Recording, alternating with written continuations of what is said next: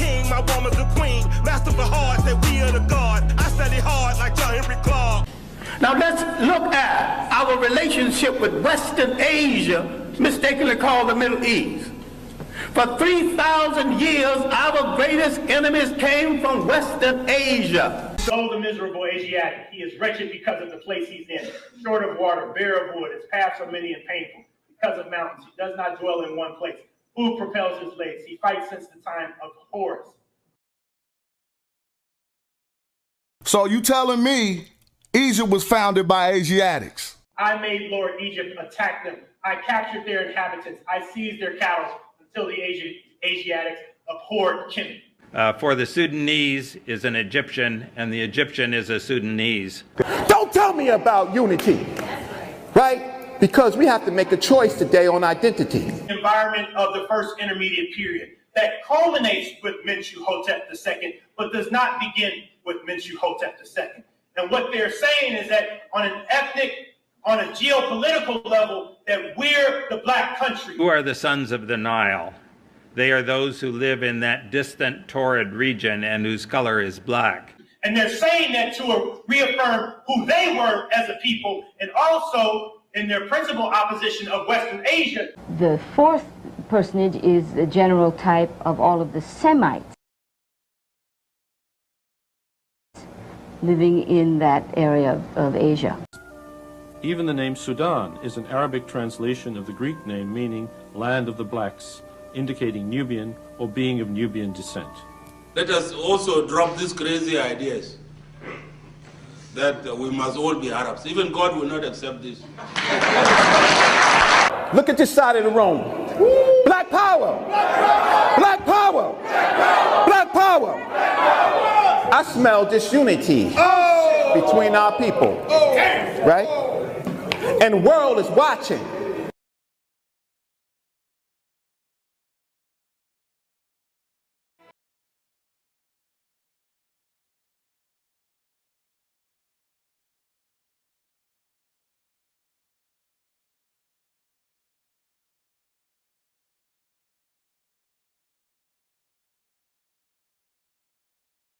Sabian religion, the religion of the people, was in many ways similar to that of Mesopotamia. He just said this God that you're talking about is from Mesopotamia. It says that. The Egyptian, we have different races that were part of this Egyptian culture and nation. So we have one that is from the Delta, Lower Egypt. They were more short and curly. More like the Yemenite, if you want. Arabian Peninsula, 82%. Okay, sounds good.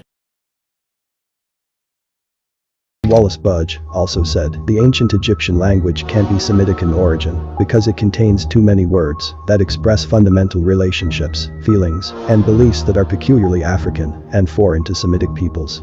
It could only have been invented by the oldest Africans from the Nile Valley. Egyptian scholar Gamal Mokhtar stated, the inventory of hieroglyphic symbols is entirely based on Nilotic fauna and flora, thus proving that the script is of purely African origin. Sheikh Anti-Gio said, ancient Egypt was a Negro civilization. The history of Black Africa will remain suspended in air and cannot be written correctly until African historians dare to connect it with the history of Egypt. Consequently, the hieroglyph was not written with the crocodile scales, but with a piece of charcoal was his stance. It says Professor Joke went into the question of compound words based on the root kim. To be black, like Heru. Set, on the other hand, was described as red. The red one, Seth. So he's right. Seth was red, as he just said. Or red, like Seth.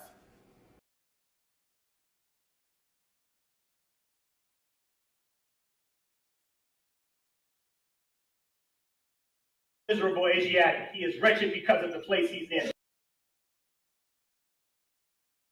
Short of water, bare of wood, his paths are many and painful. because of mountains. He does not dwell in one place. As were all other evil beings. Here we can clearly see red and wrath goes together, but it ain't over. Didn't I tell you black wasn't dirty in Egypt? Red was. He fights since the time of Horus.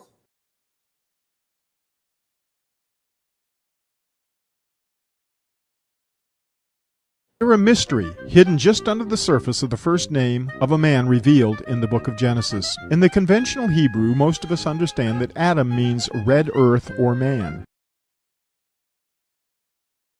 Alone among God's primates, he kills for sport, or lust, or greed.